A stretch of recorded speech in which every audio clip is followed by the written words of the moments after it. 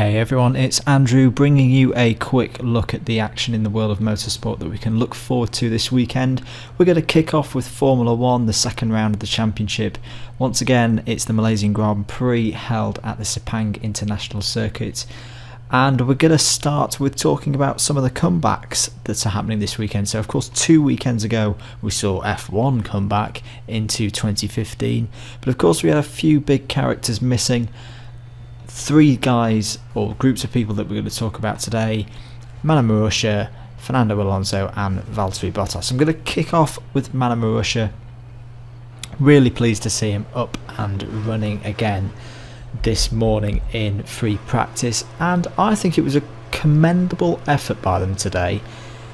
First things to remember, the drivers, they've never driven this car before. You know, Max Chilton's gone, Jules Bianchi, keep fighting hard buddy, he's still in hospital. So these 2 drivers have never driven for the team before, never really worked with the engineers. So a very, very alien situation to them. And then of course the car itself, the car's not turned a wheel in the 2015 form at all. And in 2014 form it wasn't the quickest car on the grid by any stretch of the imagination. So I had a look at the free practice times from 2014. Qualifying, I'm pretty sure, was a semi-wet, wet conditions session, so because the times were really, really slow.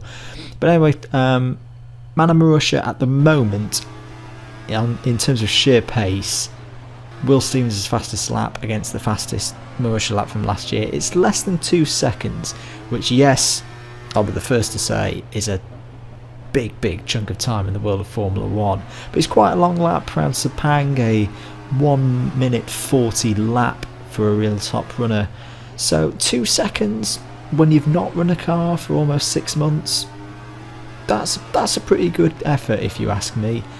Yes, they're not really going to move up the grid at all this season. They're merely surviving to get some of Bernie's cash, and why not? But yeah, I think a good effort from Mana today. Quickly talk about Fernando Alonso.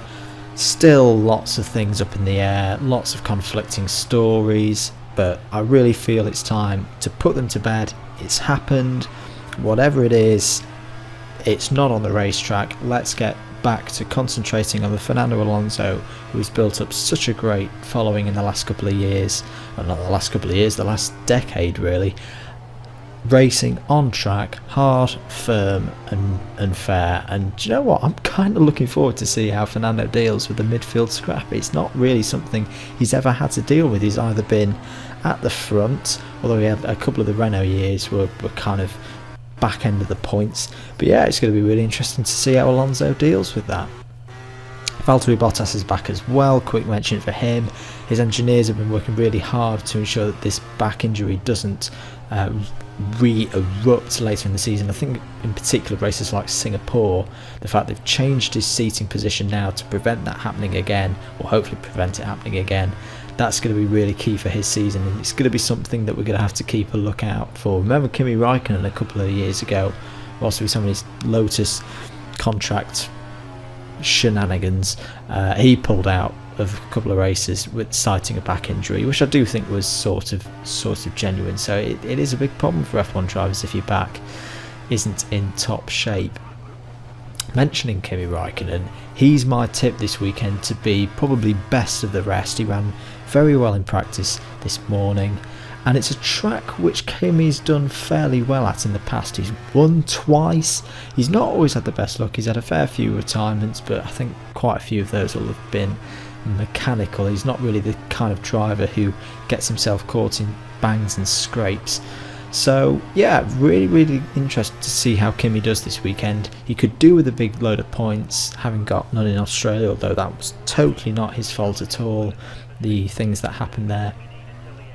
And then you've got to probably guess that it's going to be one of the 2 Mercedes that will win the race. You've got to be impressed with Hamilton today, taking fastest lap time in practice 2 with such a disrupted program. I think it really shows where his dominance is at the moment. It was very Schumacher-esque, is a term I've used before, how you used to think Michael was in trouble, having a bit of a troublesome weekend, and he'd just pull something out of the bag and not even be happy with the car, and that was something we saw with Hamilton today. Very, very briefly, F1 not the only motorsport that's out there this weekend. The World Endurance Championship, first round of that is 2 weeks away, and that's being looked forward to with the Prologue this weekend at the Paul Ricard test track in France. All the big players that are there, apart from Nissan of course, who we mentioned in the last video. I'm really keen to see how Audi do in this test, because they've made a lot of big changes in the winter. They've upped the capacity of their hybrid energy system from 2 megajoules to 4 megajoules. They really need to sort out their straight line pace and their one lap pace as well. It's something they really struggled with last year, and they need to combine all of those things with the aerodynamic improvements that they made this year to really get themselves back in the game in the 6-hour races. It's where they lost the World Championship last year.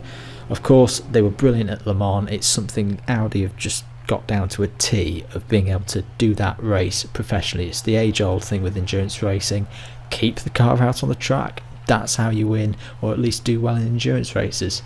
So yeah, it's going to be interesting to see how they do with the sheer pace. Porsche, of course, into their second year. It's going to be interesting to see if they can kick on now, and can Toyota fend them off? Who knows, but we'll know at least some idea very soon. So that's the end of the video for today, guys. If you've got any comments, do leave them below. I'd really love to see you guys get involved and get interacting. If you've enjoyed the video, then do click the like button. That's really well appreciated as well. If you're watching this video and you haven't done so before, why not subscribe? Normally release a couple of videos each week. On the screen, the links to recent videos that I've put out as well. I've been Andrew the Blade, and I'll catch you guys very soon.